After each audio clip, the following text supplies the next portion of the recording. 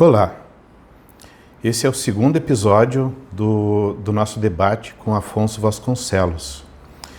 Enquanto a gente não entra no assunto dos argumentos a favor e contra a Terra plana, nós estamos mais nas introduções ainda, né? Ele analisando a introdução do meu texto, primeiras partes lá, e eu aqui introduzindo o assunto do meu lado também, né? Então, nesse momento, acho que é uma boa hora para a gente tratar de um problema que costuma acontecer em debates e que é bastante comum no mundo que a gente vive, que é o problema das falácias, né? Então, é bom a gente estar pensando nisso para que eu me policie, para que ele se policie também, para a gente evitar cair nessas coisas, né? Nós estamos na era do fake tudo.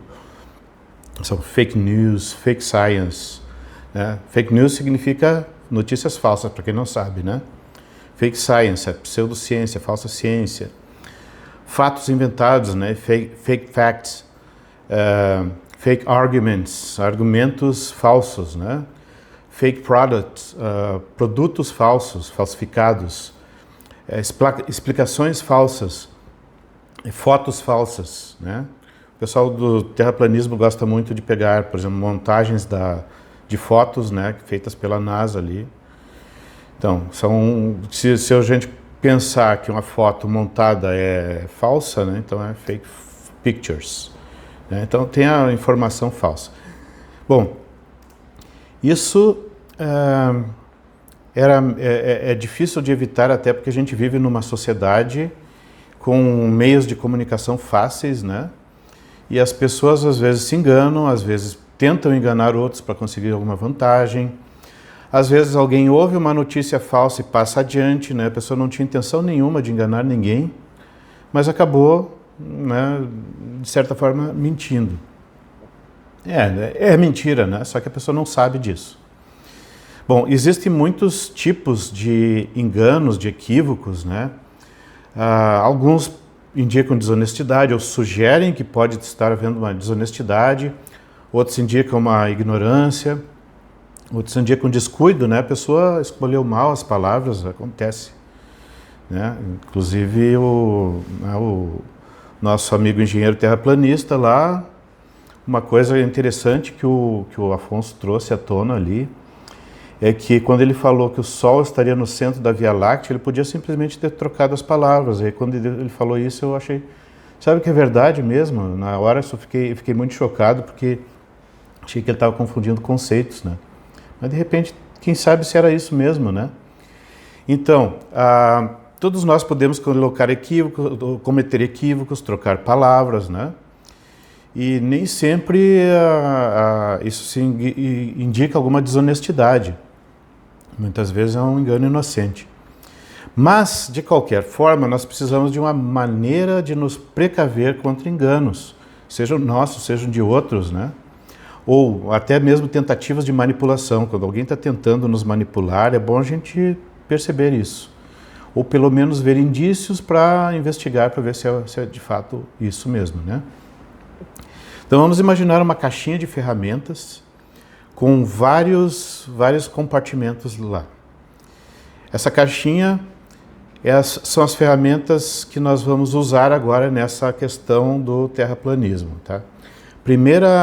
No primeiro compartimento, nós vamos colocar o conhecimento sobre falácias, tá? Então, conhecimento sobre cada falácia vai ser uma ferramentinha que a gente vai ter nessa caixinha. Certo? Então, a primeira coisa que nós precisamos saber é o que é uma falácia. Uma falácia é essencialmente um argumento falso. Basicamente é uma mentira, né? Mas a mentira pode ser involuntária, pode ser uma mentira sem intenção, a pessoa não sabe que está mentindo, né? Ou ela pode ser intencional, a pessoa está tentando enganar, está tentando manipular alguém. E entre as falácias nós encontramos perguntas. Sim, não são só afirmações, uma pergunta que alguém faça tentando induzir uma ideia errada. Ou até pode não ser consciente, né? A pessoa induz uma ideia errada através de uma pergunta, né? Isso também é uma falácia. Agora, as falácias podem ter muitas causas, né? Pode ser estratégias para enganar, isso acontece. Pode ser um produto de telefone sem fio, pode ser causado por erros de raciocínio, né? A pessoa errou no seu cálculo mental ali, como é que deveria chegar a uma conclusão. Pode ser dificuldade de interpretar textos corretamente, intencionalmente ou não, né? A pessoa pode simplesmente cometer um erro honesto, né? Ela estava tentando ler um texto corretamente e entendeu mal alguma coisa, isso acontece. Ou ela pode estar tentando distorcer um texto para poder obter um determinado objetivo. Tem também a dificuldade de acompanhar raciocínios, isso acontece muito hoje em dia, né? Um outro motivador de falácias são os conflitos de interesses. Por exemplo, vamos supor que eu tenha um canal no YouTube onde eu defendo que a Terra é quadrada, porque a Bíblia diz em algumas passagens que a Terra tem 4 cantos. Então eu consigo uma boa clientela com isso, muitas pessoas me seguindo, me patrocinando, e aí chega alguém e começa a mostrar erros nos meus argumentos defendendo a Terra quadrada. O que vai acontecer? Aquilo ali é o meu ganha-pão. Eu preciso defender aquilo a qualquer custo. Então eu não vou aceitar facilmente os argumentos contrários. Eu já investi muito naquilo. O que acontece se eu, de repente, admitir que eu errei? Será que eu não vou perder meus seguidores, que eu já treinei para terem raiva de quem não concorda com eles? Então isso criaria um conflito de interesse que iria me estimular fortemente a usar falácias na minha argumentação. Fazer de tudo para ganhar argumentação independente de onde está a verdade. Isso pode acontecer, né? Então, mas a gente procura evitar isso, né? Até porque quando a pessoa tem um canal importante, assim, né? A pessoa geralmente apresenta vários tipos de conteúdos, então ela conseguiria continuar fazendo sucesso mesmo sem defender a Terra quadrada, ou a Terra plana, ou a Terra qualquer que seja. Bom, agora existe, então, eu falei de motivações que podem estimular as pessoas a usar falácias. Mas vamos ver um pouquinho sobre tipos de falácias. Porque para a gente poder identificar as falácias, a gente tem que conhecer, né, a carinha delas, de que formas elas se manifestam. Então aqui eu fiz uma listinha, essa lista não esgota os tipos de falácias, e essas falácias dessa lista não são todas independentes, elas têm a ver umas com as outras. Algumas são um pouco mais diferentes, outras são mais parecidas, algumas são coisas que acontecem no contexto de outra falácia, mas então eu coloquei basicamente uma lista aqui para a gente ter uma noção, né? Existem outras além dessas, né? Ou essas podem aparecer com outros nomes, né? Então isso aqui são simplesmente exemplos. E eu vou comentar algumas dessas, né? Só para a gente começar a ter uma noção. E aí no próximo episódio eu vou continuar um pouquinho mais antes da gente poder voltar aos assuntos que interessam, né? Que a gente nem começou ainda, por sinal. Mas, pois bem, vamos ver o caso do que a gente chama de argumentum ad hominem.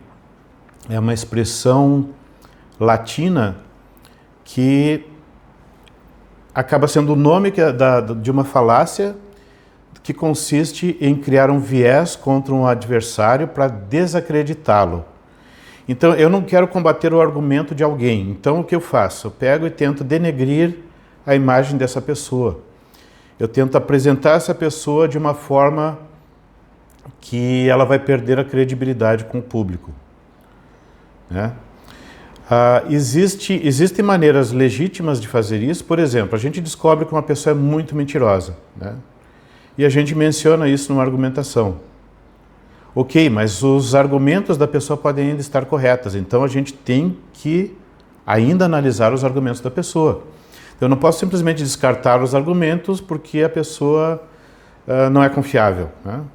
Quando a gente está tratando de argumentos lógicos, de evidências que podem ser testadas, podem ser observadas, o fato da pessoa ser confiável ou não é irrelevante. A gente vai precisar conferir os fatos, né? Então, o argumento ad hominem é uma das táticas de desvio do assunto. A pessoa apresentou lá um argumento da Terra redonda, né? Aí o outro disse, não, a Terra é plana, então tem uma coisa errada com esse argumento, eu vou desacreditar o cara, porque para ele não parar de fazer estragos. Então a gente ataca as pessoas, né? Em vez de atacar os argumentos, não, isso não está certo, né? Então a gente precisa tratar sim dos argumentos. Vou dar um exemplo bem concreto de argumentum ad hominem, tá? Isso aqui é um fato real, né, que a gente está vendo acontecer.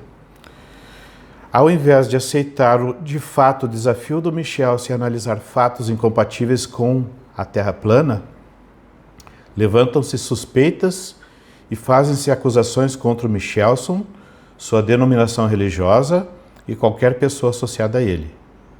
Esse é o típico argumento ad hominem, quando a gente volta os canhões contra a pessoa do adversário, em vez de analisar o mérito dos seus argumentos.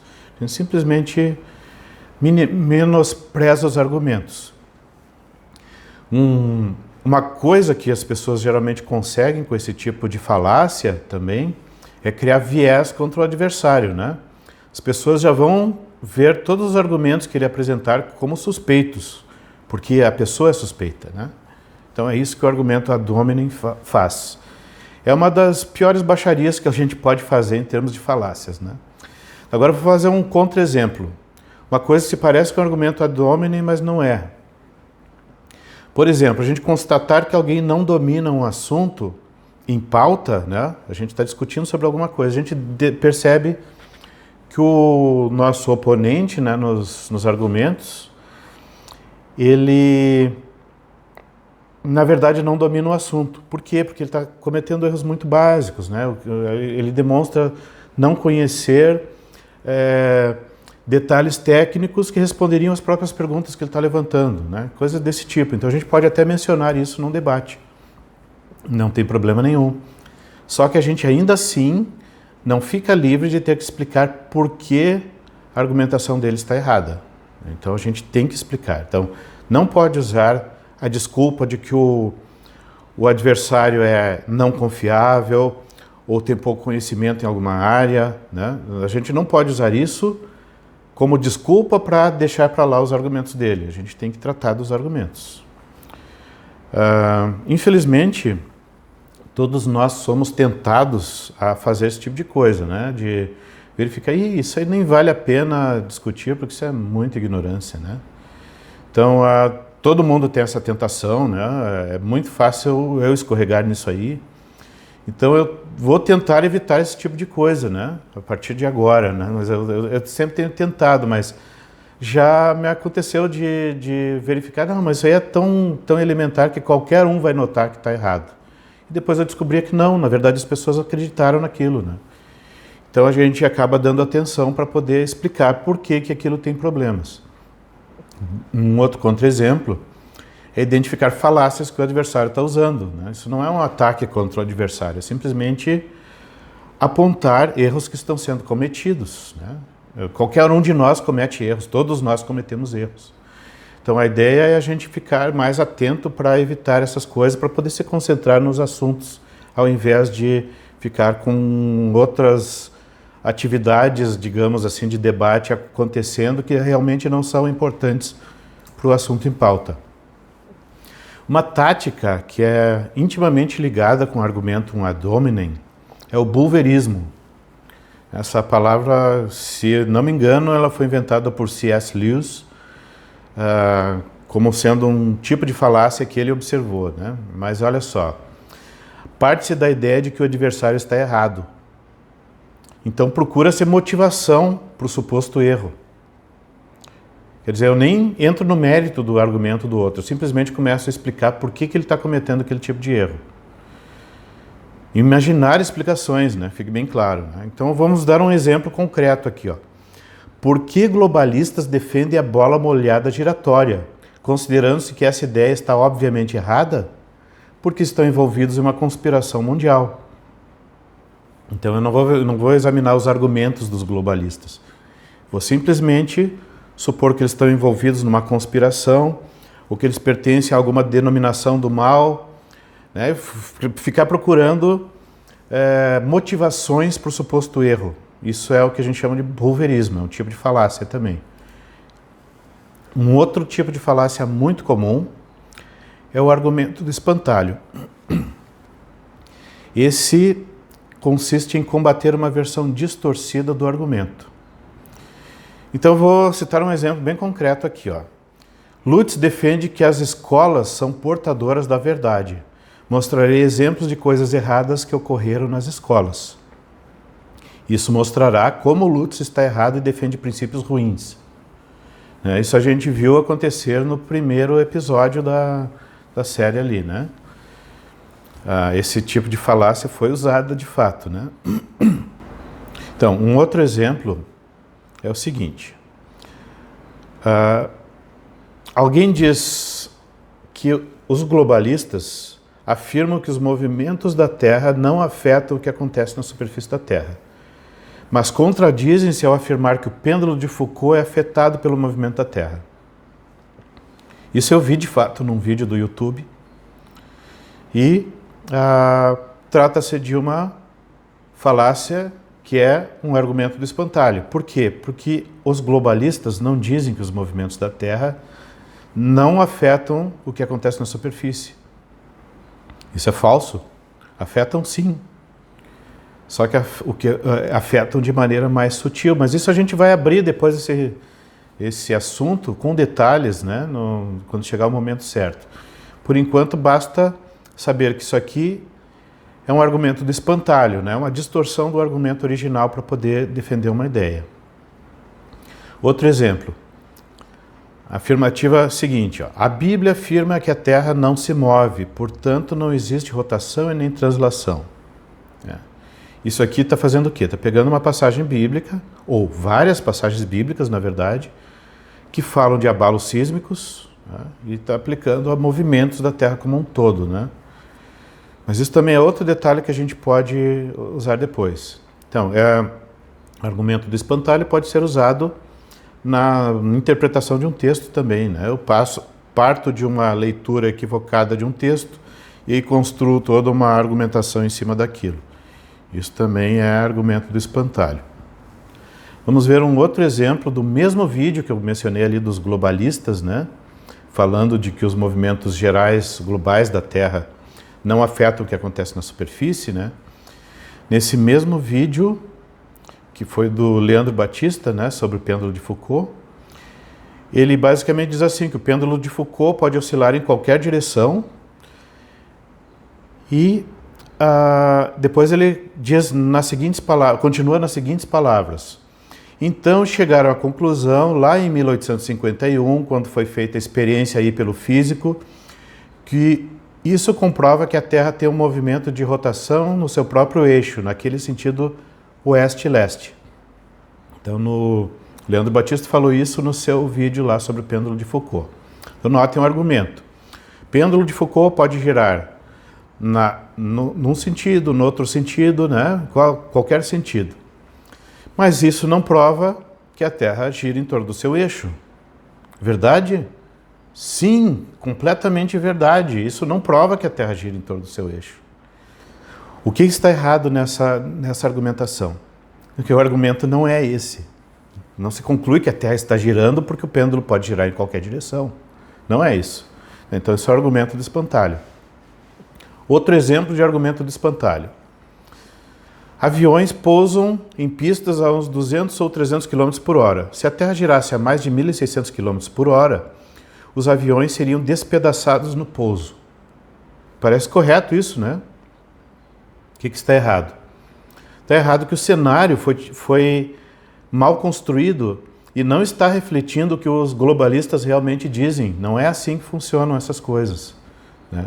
Isso também, vamos entrar em detalhes quando chegar o momento, né? Espero que a gente tenha oportunidade de falar tudo isso detalhadamente. Outro exemplo de falácia aqui. Lutz afirma que linhas podem ser quase paralelas, mas ou elas são paralelas ou não. Então não existe isso de quase paralelas. Esse foi o Afonso que mencionou, né? Isso também é um argumento do espantalho. Mas não foi isso que eu disse? Olha o contexto, né? Mas vamos deixar isso para mais tarde também. Pretendo explicar em detalhes esse tipo de coisa, o que acontece de fato ali na argumentação. Nesse caso em particular, desse último aí, eu estava, na verdade, validando A ideia, de novo, do engenheiro terraplanista estava mostrando que os cálculos dele, dentro de certas aproximações, ainda são válidos, né? Que realmente a gente pode fazer de conta que as coisas são paralelas quando o ângulo é muito pequenininho e a gente não for muito longe. Então a gente pode realmente tratar algumas coisas paralelas, isso para justificar a validade local, aproximada, do argumento do terraplanista. Esse não era o meu argumento, né? Então, mas tudo bem. Depois a gente vai entrar nesse detalhe também. Outro exemplo de argumento do espantalho. Esse aqui é muito comum, não tem nada a ver com a nossa argumentação agora, pelo menos não deveria ter, mas acaba aparecendo aí, que é o seguinte. Afirma-se: Big Bang é uma teoria que supõe que toda a matéria do universo esteve concentrada em uma singularidade em um ponto do espaço, vindo a explodir e criar estrelas, planetas, galáxias e seres vivos, sendo um substituto para o Criador. Bom, essa afirmação tem tantos erros que a gente fica difícil até saber por onde começar, ia demorar bastante para explicar cada um deles. Então, é completamente errada essa afirmação toda, assim, em vários níveis, né? Mas ok, as pessoas usam isso para efeitos de argumentação. E aí a pessoa pega a parte de um pressuposto assim, né? E aí utiliza limitações de modelos de evolução estelar como se isso tivesse alguma coisa a ver com o Big Bang, né? Para combater o modelo. Tá, esse é um exemplo de argumento do espantalho. Vamos pegar um outro. Se a Terra girasse a 1.660 km por hora, seríamos jogados longe. Parece razoável, né? Mas isso também é argumento do espantalho. Não é assim que aparece no modelo globalista. O que mais? No modelo da bola molhada giratória, as pessoas que estão na parte de baixo da bola deveriam cair, né? Então, esse é um cenário completamente diferente do cenário proposto pelos globalistas, né? Então, não é um argumento real, é um argumento de espantalho. Outro exemplo. Afonso seleciona uma parte de cálculos que mostram a correção da fórmula básica do engenheiro terraplanista, que ela estava correta, mas mal aplicada, e pula a parte da fórmula correta para a distância ao horizonte e observador e objeto com altura maior do que zero. Ou seja, a ideia do terraplanista, primeiro, eu validei, depois mostrei que ela estava mal aplicada e funciona numa aproximação mais restrita. E aí eu desenvolvo uma fórmula que é mais geral e funciona mesmo no caso de objetos não paralelos e que não tem altura zero, né? As pessoas não, quando observam alguma coisa longe, geralmente elas não estão com os olhos colados no chão, elas estão em pé e os olhos estão a uma certa altura. 1,5 m, 1,80 m, 2 metros, ou se está numa janela pode estar vários metros de altura. Então, isso não é estar no chão e dependendo da nossa altura, isso vai implicar uma distância até o horizonte. Outra coisa também, os objetos que a gente observa geralmente não estão no chão. Então eu mostrei ali uma fórmula que permite calcular a distância ao horizonte e calcular a visibilidade de objetos que não estão no chão, né, que estão acima do solo e não são necessariamente paralelos. Eu mostrei isso, né?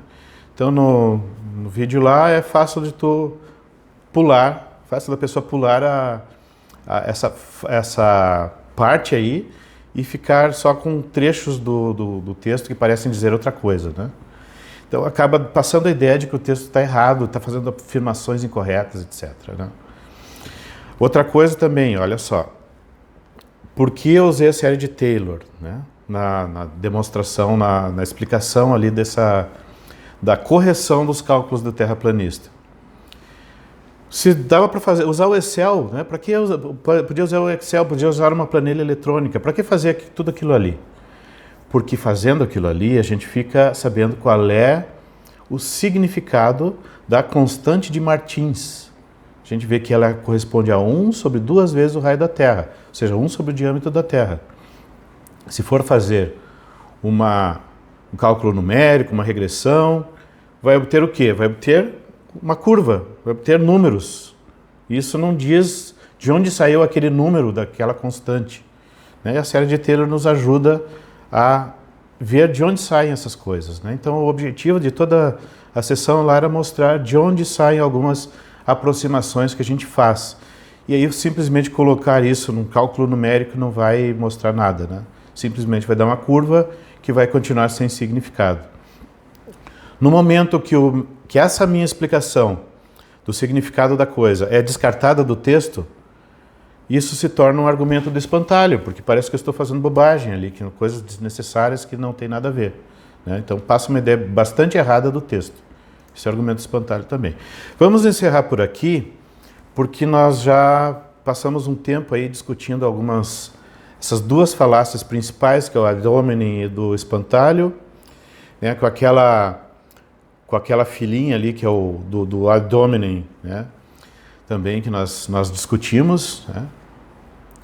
Só que vamos só encerrar agora com algumas conclusões, para no próximo a gente segue um pouquinho com outras falácias também, para a gente estar preparado para prestar atenção, para que eu me policie para não cometer esses erros, porque o Afonso também se policie para não cometer esses erros. Para a gente poder se focar nos argumentos mesmo. A Terra é plana. Por que eu sei disso? Quais são os argumentos que defendem isso, né? Então existem muitos argumentos em favor da Terra plana. A Terra não pode ser plana, por quê? Então existem muitos argumentos mostrando que a Terra não pode ser plana. E aí, quem é que tem razão agora? Então nós temos que analisar exatamente isso. Então, quando a gente começar com falácias, isso tira o foco do assunto, né? Então, basicamente, nós estamos todos sujeitos a cair em falácia, de vez em quando todos nós nos enganamos. Só que quando as falácias se acumulam demais, tem muitas falácias no mesmo discurso, no mesmo texto, numa mesma apresentação, no mesmo vídeo, isso é mau sinal, né? Então já levanta indícios de que tem alguma coisa errada acontecendo ali. O que pode estar acontecendo? A pessoa pode estar muito cansada e cometeu muitos descuidos, né? Isso acontece bastante, né? Hoje em dia todo mundo é muito ocupado. Pode acontecer ignorância, eu estou falando de um assunto que eu não domino muito bem, né? Ou quem sabe eu não treinei bem o meu raciocínio para raciocinar corretamente. Ou então posso ter sofrido uma lavagem cerebral. Eu fui tão doutrinado com alguma coisa que eu não noto mais que eu estou falando coisas contraditórias, tudo aquilo parece muito correto. Isso é um indício de lavagem cerebral. E outra que eu, infelizmente, tenho que citar, né? Eu espero que não seja o caso do nosso debate aqui, mas também a falcatrua, a desonestidade, né? As pessoas já têm mais uma índole ou um costume de cometer alguma desonestidade, né? De, sei lá, ficar com dívidas grandes e não pagar, fazer alguma corrupção aí, desvio de dinheiro, né? Às vezes, né? Enfim, pode acontecer esse tipo de coisa também, as pessoas acabam às vezes levando isso para argumentação, né? Mas eu espero que nada disso aconteça nesse caso. Então eu vou ficando por aqui. A ideia então básica é: procurem estudar falácias, procurem prestar atenção ao que as pessoas dizem, ao que eu digo, ao que o Afonso diz, ao que o Leandro Batista diz. Prestem bastante atenção para verificar se a gente está cometendo erros, né? E aí podem avisar o pessoal aí, olha, cometeu tal erro. E a pessoa, puxa, é mesmo, não deveria ter, eu tenho que corrigir isso. A partir de agora, tem que tentar fazer melhor, né? Então, todos nós temos que crescer com isso. Então, até a próxima. Nós nos vemos no episódio 3.